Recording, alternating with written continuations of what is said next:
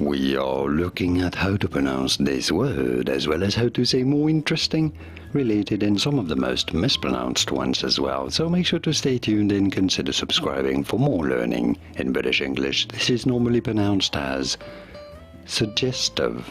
You do want to stress on the second syllable. There is no G sound here in British English. Suggestive, just a G sound. In American English, however, it is normally pronounced as suggestive, suggestive. So there is a G sound here.